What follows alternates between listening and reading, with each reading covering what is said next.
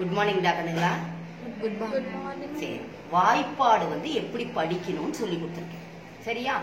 இப்ப எப்படி எல்லாம் படிக்கணும்னா தாவி தாவி என்னது ஸ்கிப் கவுண்டிங் சொல்லி கொடுத்தேன்.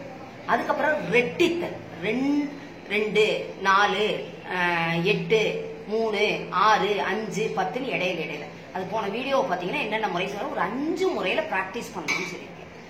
இது ரொம்ப எப்படி சொல்றது இன்ட்ரெஸ்ட் இல்லை எனக்கு படிக்க, ஒரு மாதிரி மனப்பாடமா இருக்கு. மனப்பாடமா இருந்தாலும் மறுபடியும் விளையாட்டு மூலியமா நான் வந்து பண்ணணும் அப்படின்னு இடையில கேட்டா சொல்லும்போது பயமா இருக்கு அப்படின்னு.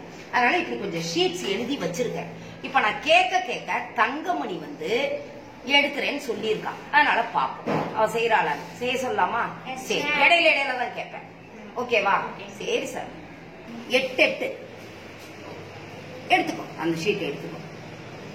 2 8 8 ஆன்சர் சொல்லு. 40.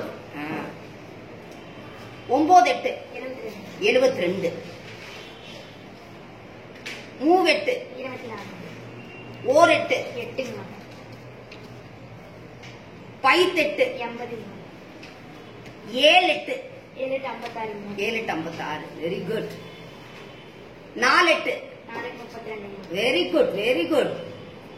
6 8 இப்ப நான் எதுக்கு இப்படி செய்ய சொன்னேன்னா, இப்ப இத உன்ன சொல்லி இருந்தா என்ன ஆகும்? பயமா இருக்கு மிஸ், இடையில சொல்ல தெரியலன்னு. இப்படி ஒரு கேம் மாதிரி நீ விளையாண்டு பாரு. இப்படி ஒரு ஷீட்டை எழுதி திரும்ப ஆனா ஒரு தடவையில அது மனப்பாடம் ஆகாது. ரைட்டா? இது என்னது ஒரு தடவையில எல்லாம் மனப்பாடம் ஆகாது. இப்ப இதையே வேற முறையிலையும் விளையாடலாம். அதையும் நான் இப்படின்னு விளையாண்டு காட்டுறேன் அடுத்த வீடியோல. சரியாடா கண்ணா? இது ஈஸியா இருந்துச்சா இல்லையா? ஒரு இன்ட்ரெஸ்டா இருக்கா? ஏன்னா இன்னைக்கு எல்லாமே என்ன ஆயிடுச்சு, செல்போனும் கம்ப்யூட்டரும் லேப்டாப்பும் டிவியும் வந்து உங்களை ரொம்ப மழுங்கடிச்சிருச்சு. இதெல்லாம் குட்டி குட்டி கேம்ஸ் தான். இதெல்லாம் செஞ்சு பார்க்கலாம் தாராளமா. சரியா? வேற எதையா டிஸ்ட்ராக்ட் ஆகிறதுக்கு இதுல நீ கான்சென்ட்ரேட் பண்ணி நல்லா ஜாலியா இருக்கலாம். சரியா? ஓகேவா? தேங்க்யூ.